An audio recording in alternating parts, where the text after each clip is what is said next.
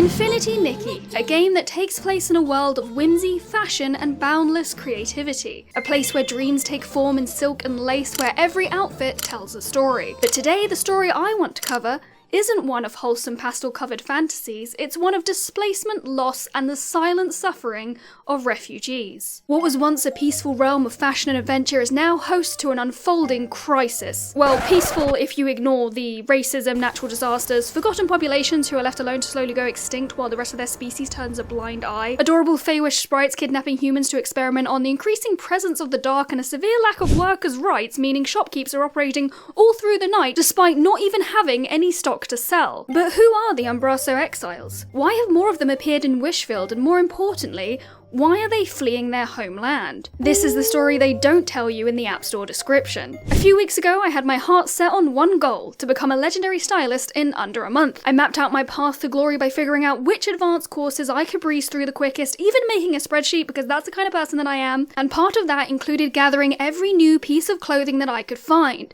But while chasing my dream, I stumbled upon something strange. And I wasn't the only person to notice. Did you know that sometimes items will appear in the outfit compendium before they're actually attainable in-game? That's what happened with the Daisy Reminiscence earrings, but who'd have thought the journey to craft them would be as sad as it was? Speaking of the outfit compendium, I quite like looking through the descriptions for new tidbits of information, like, did you know this outfit was from the Star Hail Federation? And all of the individual pieces have descriptions about laying low and staying out of sight. That's much more interesting, in my opinion, than Capitalism Kingdom. Let's go back to the Daisy Reminiscence earrings. If you've been keeping up with the latest updates, you probably noticed something interesting in version 1.2.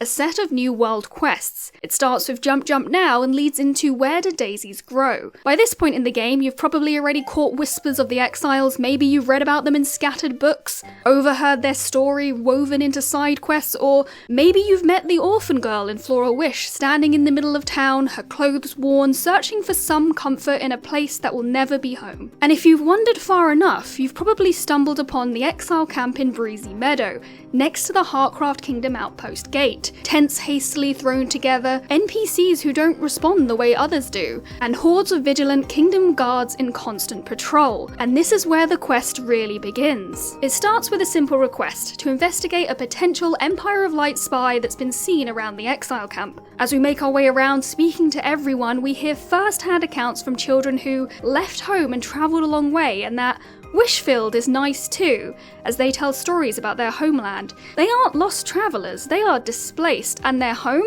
It's gone. The Umbraso aren't just visitors passing through, they have nowhere else to go. And someone, somewhere, made sure of that. Following the breadcrumbs, we realise that the spy might have actually been Mr. Klay, a friendly Floral Wish innkeeper, and as the quest progresses, his past starts unravelling. Turns out he's been secretly helping the exiles. Food, supplies, shelter, quiet acts of defiance against a power too great to face head-on. And why? Because once upon a time, he was a mercenary, one who crossed paths with the Order of Dawn on an escort mission. A mission that failed. He clashed with their forces, fought to protect something or someone, but in the end, the scars are all that remain. And now, he does what he can to make up for the past. And on our way to question him in person, we overhear something that somehow makes everything worse. The Order of Dawn succeeded because a spy infiltrated Umbraso.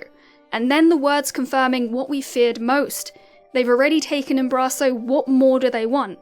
We can't afford to be as lax as we were before. This wasn't just war. The fall of Umbraso wasn't a battle lost, it was a kingdom stolen. And even now, even after everything, the exiles are still afraid, because they know the Empire of Light will stop at nothing. Before we continue, a quick word from today's sponsor, Overalls & Co., Stoneville's go-to independent clothing shop where quality meets craftsmanship. Whether you're after durable workwear, timeless denim, or everyday essentials, Brett's got you covered. Shop local and with pieces that work just as hard as you do. Only at Overalls & Co. The question I haven't answered yet is, why here? Mirrorland is shaping up to be much larger than we could have ever anticipated, so why are the exiles gathering in this Heartcraft Kingdom outpost? Why Wishfield? Well, you may have already come across this book in the Floral Wish Guards office detailing the Umbraso Exiles Temporary Resettlement Act, Specifically, it acknowledges the tensions between Umbraso exiles and the people of Flora Wish. But the really interesting part is this: if mediation fails, the issue is to be handled in accordance with the Heartcraft Kingdom Constitution. This confirms something important. We already knew that Umbraso isn't part of Wishfield, but this suggests it might still belong to the wider Heartcraft Kingdom. If that's the case, it makes sense that they'd follow the same constitution. But here's the problem: we still don't know exactly where it is. The fact that there's an official resettlement act at all means that this situation isn't just a temporary crisis, it is a structured response. Someone in power knew this was coming. Someone decided that Wishfield would be the place. But who made that call, and why? To understand the war, the exiles, and the growing tension in Wishfield, we first need to understand them. The Empire of Light, a nation that aims to eliminate all obstacles in its pursuit for total dominance.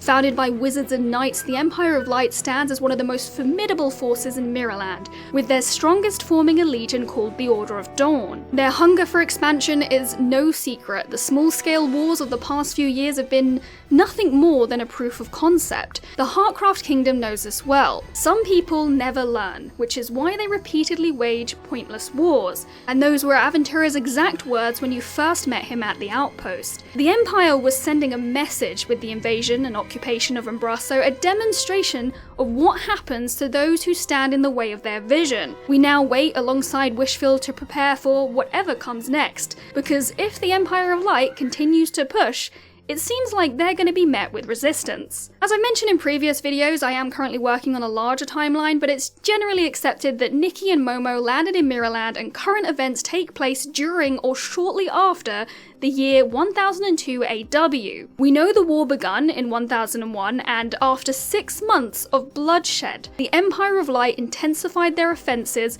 with the number of Umbraso citizens killed reaching a record high for what they dare to call a peacetime. Following the war against the Dark, the 7 kingdoms of Mirrorland once vowed never to return to conflict. They swore to uphold values of diplomacy, to resolve disputes not with swords but with words. And now, Heartcraft is calling upon that very promise, demanding the Empire abide by the Joint Security Law, withdraw their forces, and prevent this war from spreading beyond Umbraso. There's one more story I think is important to add to the timeline in this video.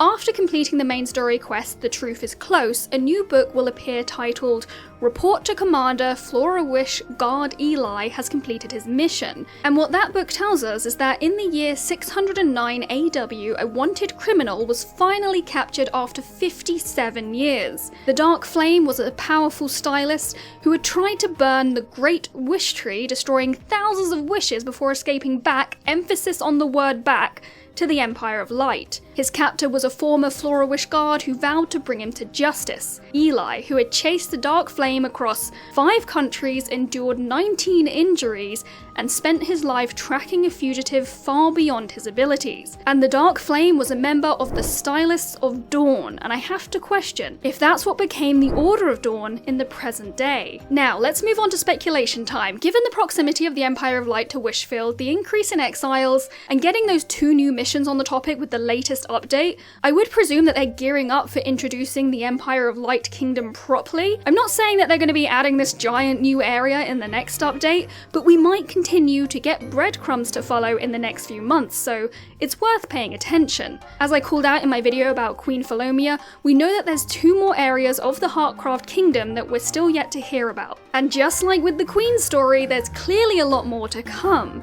Right now, we have no idea if the plan is to get the whole Heartcraft region first, or if we're expanding out in another direction. And let's be honest, I just think Vecina's really cool, you know, the ranger from Umbraso, who we met during the Flame Crest Festival quests, and I want an outfit like hers. Plus, she must have an interesting backstory given the stark contrast between her and the others from Umbraso, and she seems to be working pretty solo at the moment. However, if she does turn out to be a spy for the Empire, I'm gonna be so sad. Before I finish, I want to mention a fun fact.